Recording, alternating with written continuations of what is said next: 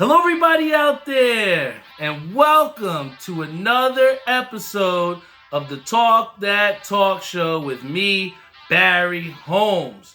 We're here for our 181st episode of the Talk That Talk Show, and here on a Sunday night for a special episode for you guys here. And I'm so excited to, complete the week, start a whole new week, and break some new ground on some of the goals I've been trying to achieve, not only this week, but throughout this entire year, trying to close out this year on the right note. And like I said, we're at episode 181. So like I said, with each episode, we inch closer and closer to 200. And the main thing with me is just trying to obviously remain consistent with getting you guys an episode of this Talk That Talk Show, regardless whether it's Friday, Saturday, Sunday. Sometime this weekend you will get an episode. At the same time, I just want to be 100% honest and vulnerable with everyone out there that continues to tune in with me each and every day.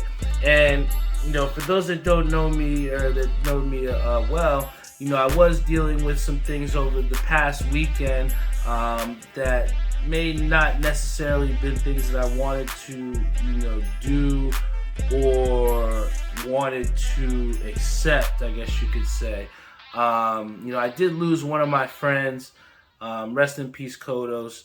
I know that when we had ended things, it wasn't exactly the best way that we had ended things, and for outside factors as well too.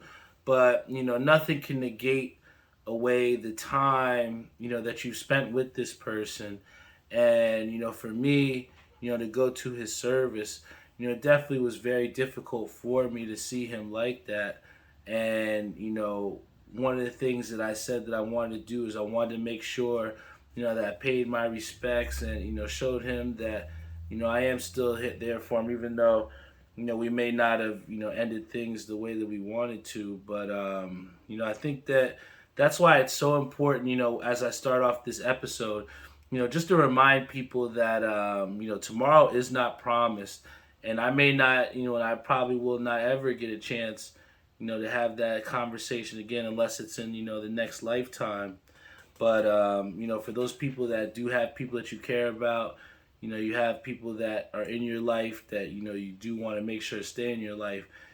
Just make sure that check in on them. Make sure you check and see how they're doing, because a lot of times people aren't going to exactly tell you right out front what's going on with them or what's going through their mind, and what tribulations they've been trying to plow through. So unless we ask, we'll never know. And it's our responsibility as friends to do that. So with the passing of my friend, really what I've tried to do more so than ever is just really try and maintain my connections with people that I still have. Try and check in on those friends and make sure they're okay, and at the same time make sure my mental's okay so that I can give people my all as well too. I think that if we don't maintain our own mental sanity, or if we don't maintain the things that we're trying to achieve and getting on the right path, it can be very difficult to stay on that not only righteous path but a positive one as well too. So I think that with one of the things that I said too when I was explaining it to my other friends as well is that each time it doesn't get any easier losing a friend or losing a family member or anything of that nature. But realistically, you just have to try and find a way to push through, find a reason to just keep fighting, and just try and keep the best positive memories of those people, those loved ones, those friends in your mind. So once again, big rest in peace to Kodos. It's definitely never easy when, like I said again, losing a friend. But the main thing that we can do is just try and live on through ourselves to make sure that we can live our lives to the fullest, and that we reach the potential that the man upstairs has given us to do. And one of the things that through me living, I've really found a passion and a love for this bowling that you guys, continue to hear me talk about week in and week out. I've met such great people like Brian Bloom, who tunes in every week. People like Tim Sikoria, who says, "Fire hat too, Barry." Thank you. I appreciate you. This is actually an unreleased hat from ECAP City. So, keep your notifications on because, this bad boy should be coming out there pretty soon. But one of the things that I've really enjoyed is just the gamesmanship and just overall competing. Whether it be at Jersey Lanes on a Saturday subbing, or Woodbridge Lanes on a Thursday night, or Bolero on Monday or Tuesday night, or Greenbrook on Wednesday night. I've really encompassed trying to round out my game by going to different places and really finding out what does my game need and what do I need to do to improve. And one of the great things that's helped me out as well too has been joining up with the UBA. Started out with About That Money, and then we've talked before about how I made the switch to DIY, and now my second year there I've become captain. And really, in our first 2 weeks of the season, as a captain, I've been asked to step up and bowl. And the first week, we won, had a great, had a good set. Second week, we lost. Didn't put out my best set, but still competed hard. But one of the things that as a captain you have to do is you have to consistently be there for your team no matter what. And ultimately, when you're on a team, whether you're at the professional level, college level, UBA level, you want to be there every single time. You want to be in that lineup. But, part of the thing, and I remember this from management when I worked at the nonprofit, but they have this whole thing called step up, step back. When it's your time to step up, you obviously have to do your job, make sure you're up to par, and you do things the right way. But then as a leader, and this is what separates leaders from just people who get a taste of being, having some sort of responsibility, but leaders also know not only when to step up, but when to step back as well too. So, oftentimes that's what separates, those leaders from regular people is the fact that when it's their time to step up, then the negativity comes out. Oh, this motherfucker should have been in the lineup. Oh, I don't think this is, the great way to be, or I don't know if this team's going to go out there and win points. But I think that what makes it easy for me to step back as a captain is to know that the people that wear the same jersey as you have belief in. And, when I saw that lineup, I was super excited to see, some new faces in there, but also some faces that I believe in. Because, with my boy Chris, big shout out to him, when we left out that last match, we kind of thought like, damn, did we put out our best lineup? Like, what is it that we're trying to achieve? And we had a hard conversation about, whether we want to be just a participatory team, or do we want to be a team that competes?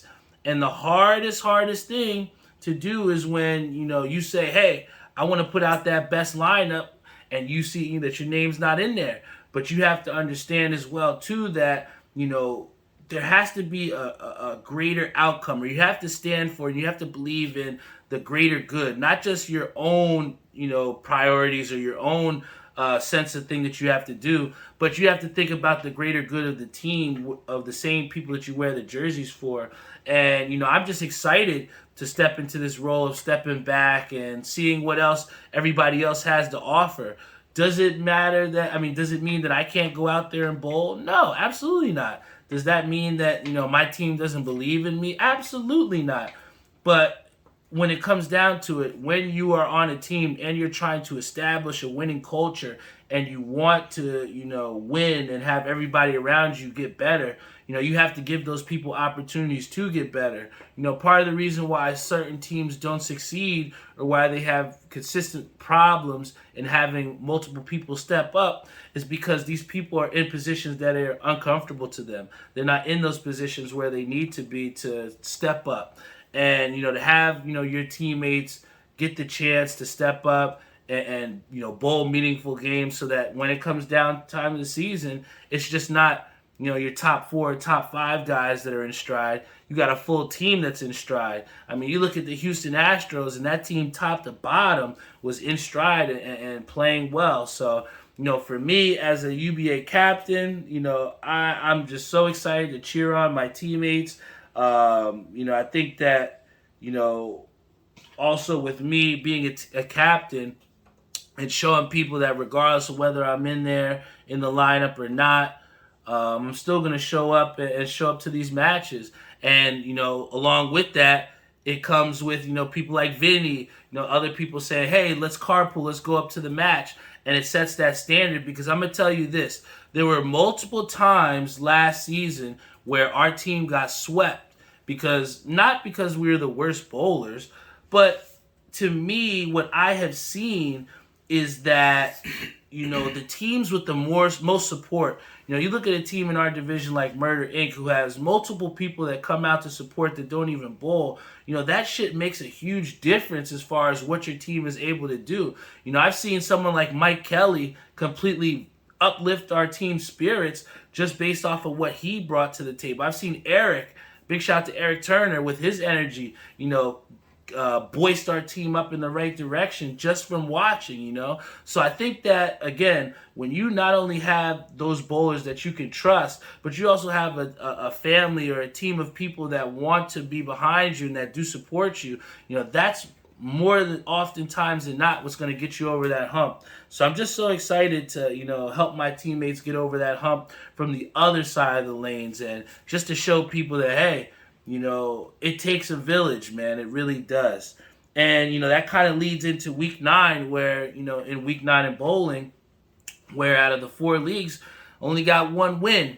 But that 1 win broke a losing streak of 5 weeks for me and my dad, taking out a tough team. We bowled the second place team in the league, in the High Rollers League, and we took 16 from them with a sub. So, again, we've kind of embodied over these past weeks of just fighting through it, bowling over average, not getting the results that you want. But, I think that it also comes to a point where you have to put your foot down and say enough is enough, man. What are we made of? What are we going to do? What am I going to do to stop the bleeding?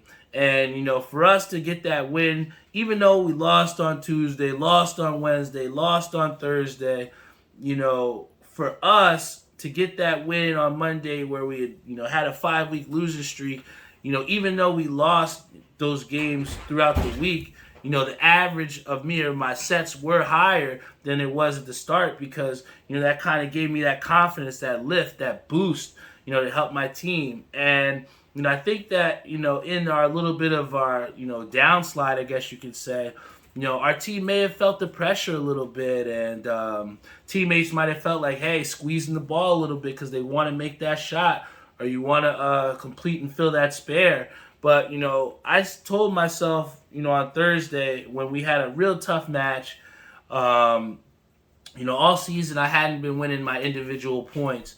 But, I came out on top 2, I beat my guy 2 out of 3. And I just, like I said, I was like, I'm going to take this and I'm going to make that happen so I can keep going in the right direction and try and beat my man and help my team. And, ultimately, to also have the support of your teammates that still believe in you, that still want to fight with you and still, find a way to make things fun.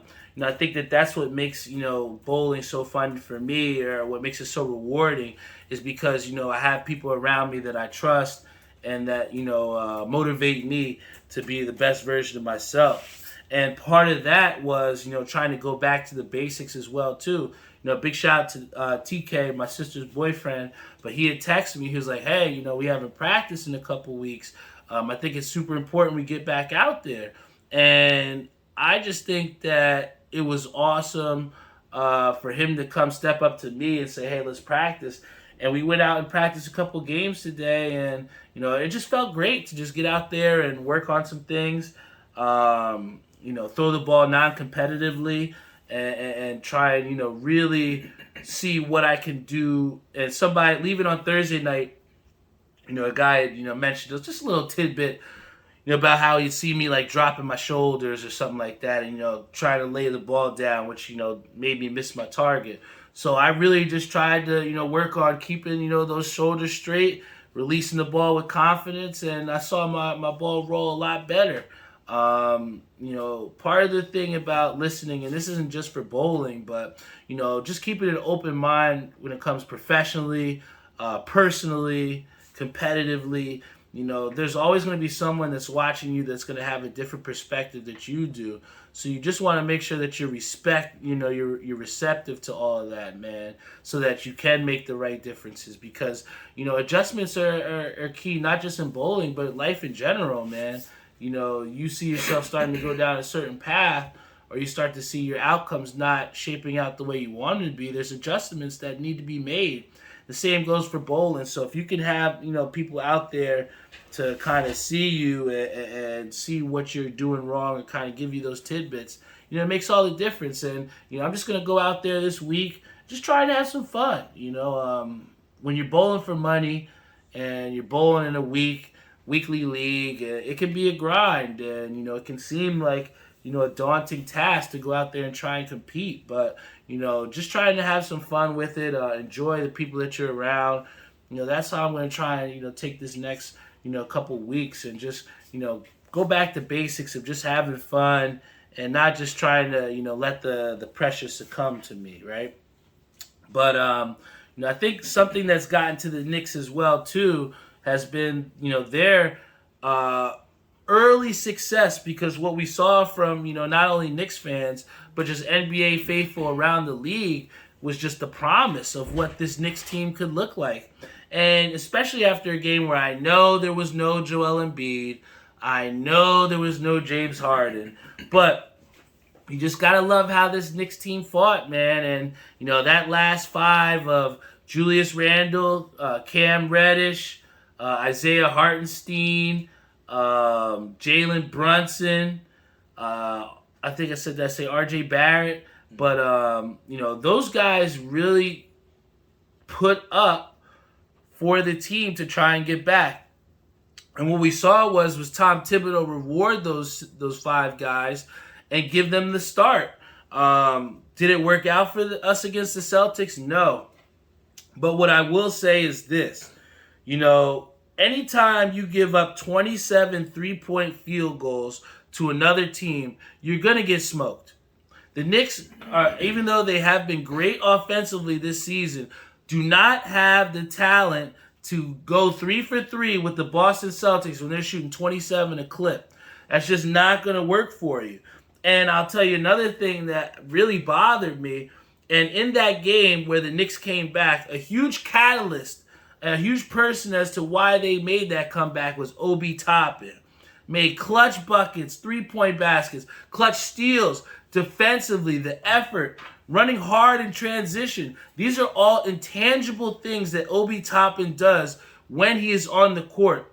And the thing that troubles me the most is when he has arguably one of his best games of his career, how does he come out and only get 15 minutes the next game?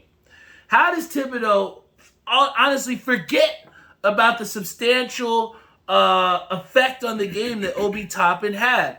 And this is what kind of really frustrates me about Tom Thibodeau, because, he's a short leash type of guy and likes to, go with a short bench. But at the same time, each version of the Knicks that we've seen throughout these 9 games has been a different Knicks team. I think that almost like Wally Zerbiak said, in the post game, at some point, these guys are going to have to know what the rotation is so that they can play basketball without looking over their shoulder thinking, if I miss this shot, am I going to get subbed out? If I make this pass and it's a turnover, am I going to get subbed out for this guy? I think that obviously in sports you got to have some sort of nervousness or some sort of butterflies, because that shows that you care. But at the same time, you have to be able to play the game of basketball, which is a free-form, reactive game. You have to be able to have those reactions without the fear of consequence.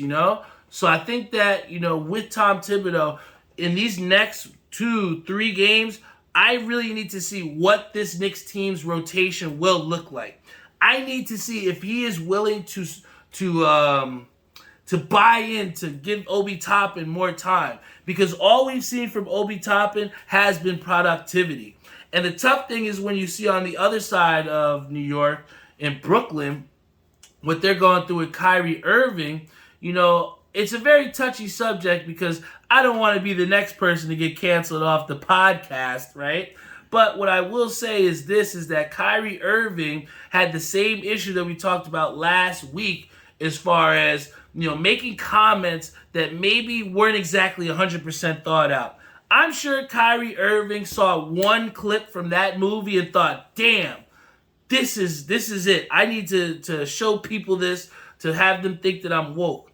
And, through him sharing this article, sharing this video, whatever it was, without, much explanation, it leads for the audience who's viewing his message to make their own perception of what he is saying. And that oftentimes can get misconstrued. It's communication. If you don't have transparency both ways, there is no way to send and receive the message that both of you want to hear, right?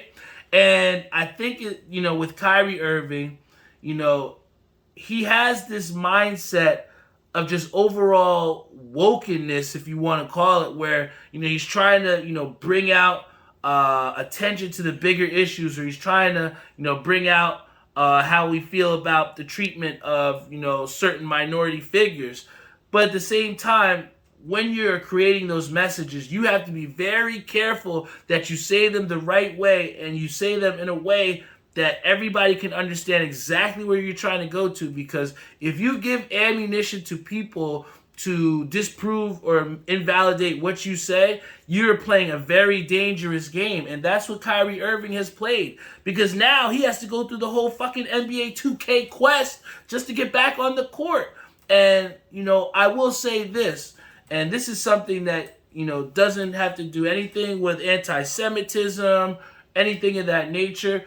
All I have to say is, if you look at the black athlete, when there is any sort of doubt as far as, the validity or what it has to do with the professionalism that comes with being an athlete, when you are black, you are put on a much higher pedestal, and your fall from grace is much steeper. I hate to keep talking about Brett Favre, but this man stole from a state, the poorest state in America, and yet we still don't talk about it. This man literally stole from the welfare system, right? And he still is on Wrangler commercials, still representing the NFL. Don't hear anything about it, right? You have a guy in, I forget what the guy's name was. He played basketball, and he was on Twitch, and he was making anti-Semitic comments like kike and all this other stuff. And yet he was still on Twitch, and he was still had a basketball career. He didn't have to go through sensitivity training, all of this other shit. But at the same time, when you have Kyrie Irving, a black athlete who does something similar, now we have the whole checklist of things that has to happen. And we have this, again, very steep fall from grace. Loses his Nike deal or whatever, all because he makes a post that could potentially be misconstrued, because he doesn't really give you much direction as far as what he's saying. I feel as though Kyrie Irving is someone that doesn't want to spoon feed you this information, because what they always tell us is that if you tell someone something directly, it's very hard for them to retain that information. But if they find the answer for themselves, then they'll, be able to think about things, reflect on it, and start to resonate with them more. And that's the approach I feel like Kyrie Irving took when he made that post with no description whatsoever. He wants people to go in there and find what it is that he's trying to enlighten you with. But at the same time, when you see all this negativity, and I hate to quote Josh on this, but maybe he should have picked a movie that better overall depicted or described what it is that he was trying to convey with that little tidbit of that movie. So again, if you did not see last week and what I said about Kanye West, it's the same thing applies for Kyrie Irving. When you are trying to make some sort of statement and it may be borderline controversial. You better be 100% sure you know what it is that you're trying to say and you have it well thought out. Because if it is not, there are very harsh repercussions. And the steep, like we said, falling from grace is much higher for the black athlete than it is for the white athlete. And I'm sorry, but it's just the facts. But the biggest thing that we have coming up is we already talked about my Mets. And you know we love that. You know how I am with my Mets. I thought it was a huge priority with how inconsistent our bullpen was. We needed to have Edwin Diaz signed for the Mets. And we have him signed for a couple years now. He's going to be making over $100 million. Highest relief salary in history. You know, hats off to the guy Edwin Diaz because he brought excitement back to late games in New York City. When I tell you I was in that Queens City Field, and you see Seth Lugo run out, or you see Ottavino run out, you don't necessarily have the confidence that these guys are going to go get shut down outs. And Edwin Diaz brought that confidence for one time since I could ever remember. And I'm just so happy that we're going to still hear those trumpets sound. The next priority for the Mets, you better go out there and sign Brandon Nimmo, 100%. You got to sign that guy because Brandon Nimmo, for most, if not all this year, was the heart and soul. Whether he's running out, walks or whether he's making game-saving catches, the guy embodies Metropolitan baseball, and he's somebody that I think that you have to make a priority. And the last thing that I have to say about baseball is, to round it out, we've seen the Astros have won another World Series. Now is it time to call this team this dynasty franchise a dynasty, right? Because they've went to the World Series 2017, 2019, 2021, 2022, and they've won it in 2017 and 2022 after the trash can scandal. So how much is that trash can still holding back the Astros? They've been to the ALCS since 2017 every single year.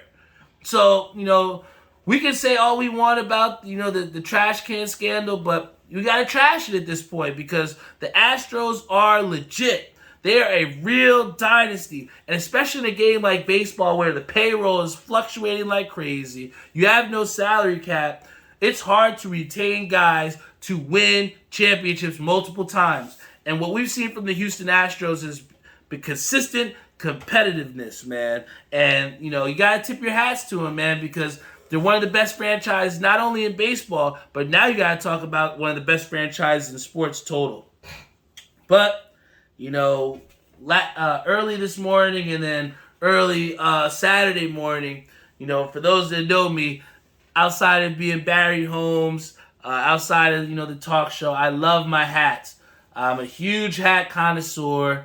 I probably got about over 300. One day maybe we'll go through all of them. We'll have like a hat show where I, go through all my favorites. But, I really do love going to hat drops.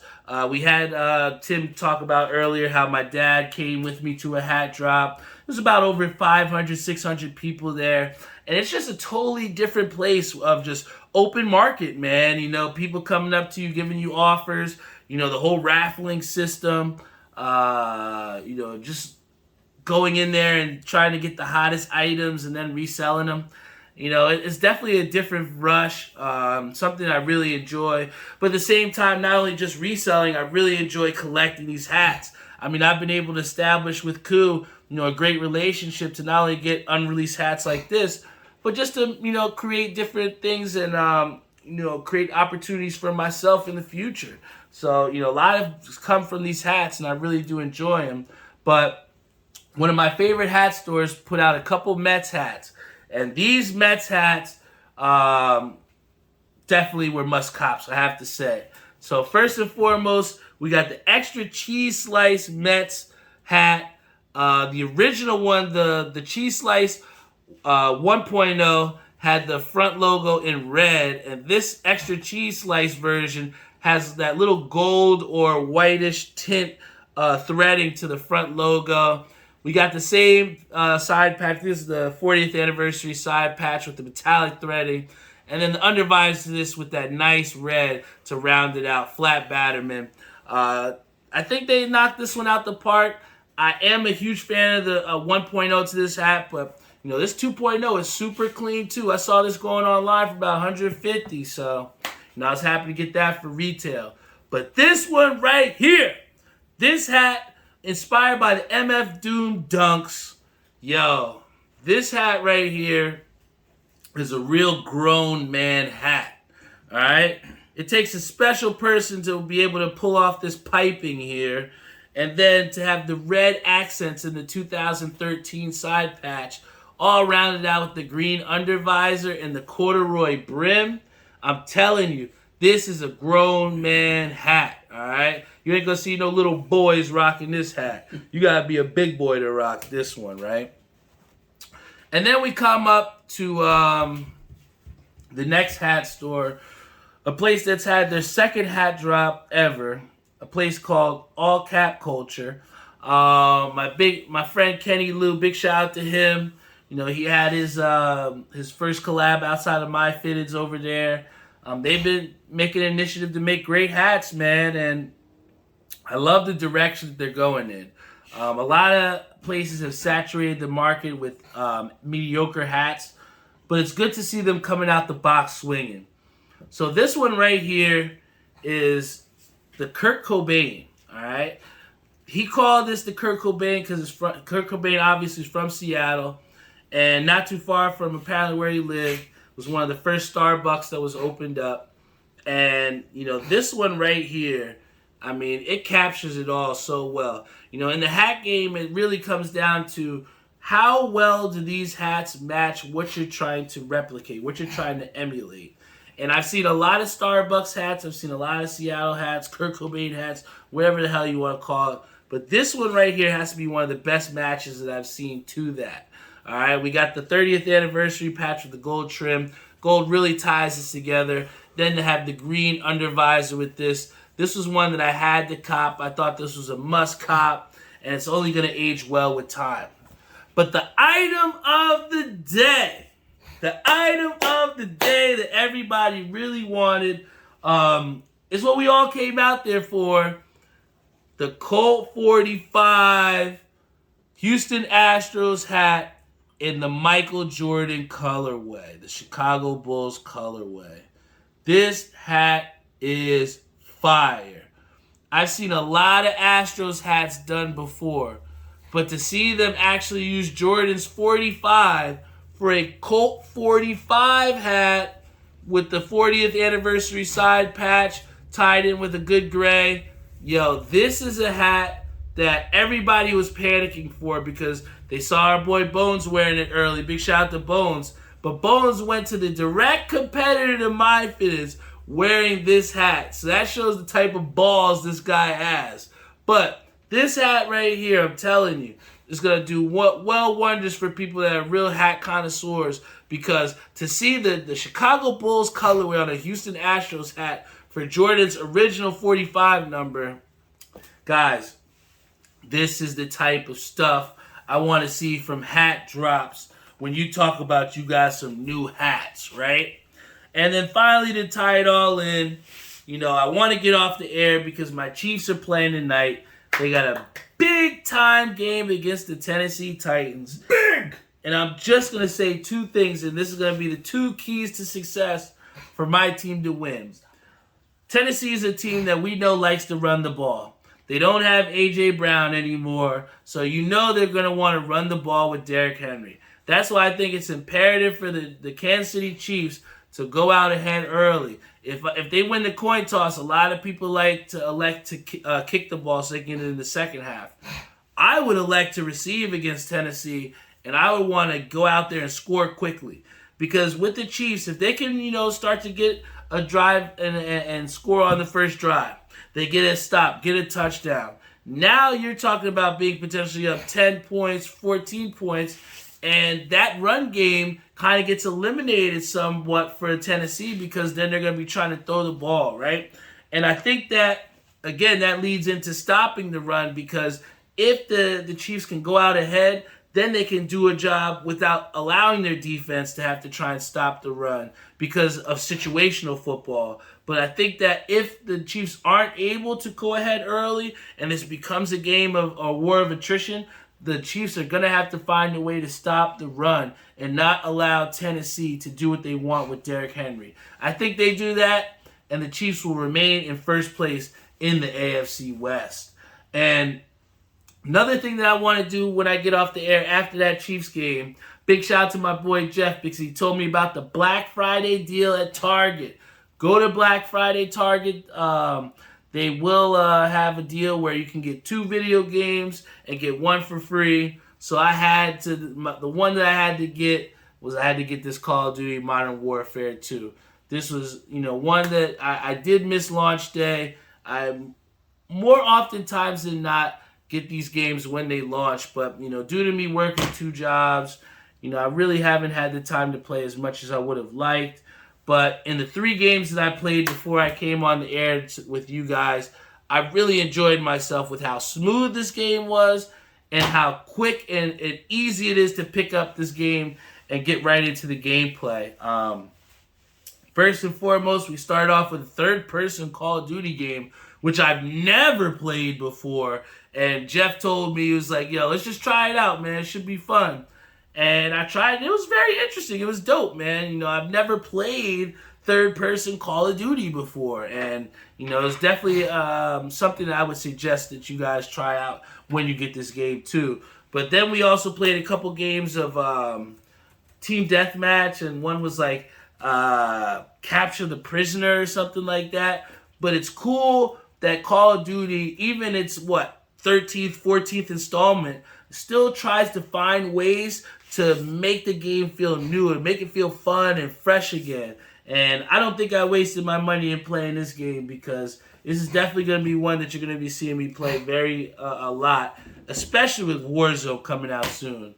But that about does it for us here at the Talk That Talk Show. You got a good 38 minutes of great Sunday content for you to check out and tune into. I'd be nothing if it wasn't for my consistent and loyal audience that I have here. Big shout out to Ish on Instagram Live. Thanks for coming to Hat Drop with us, too.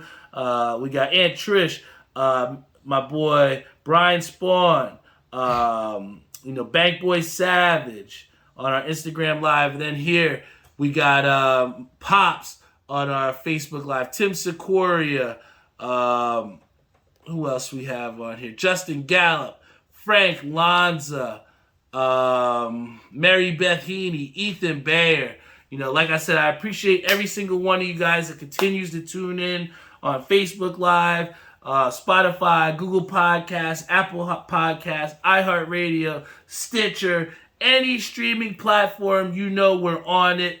Once again, Pops also says congratulations to the Jets for beating on the Bills. I think they were the highest underdogs this week.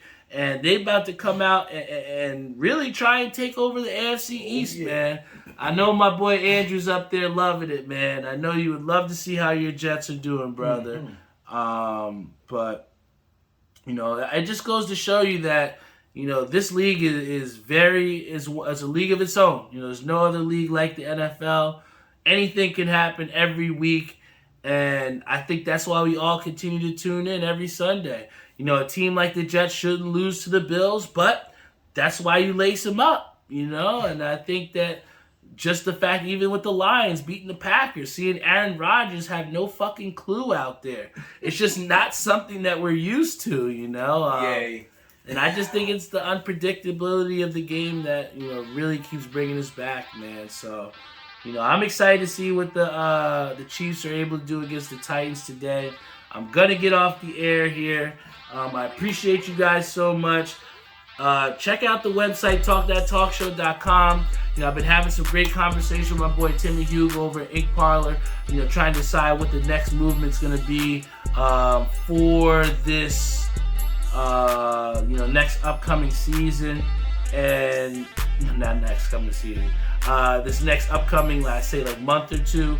We're going to try and have some new merch released very soon, so that I really wanted to take my time. I didn't want to just come out, especially after the great success that I had with the consistency tees.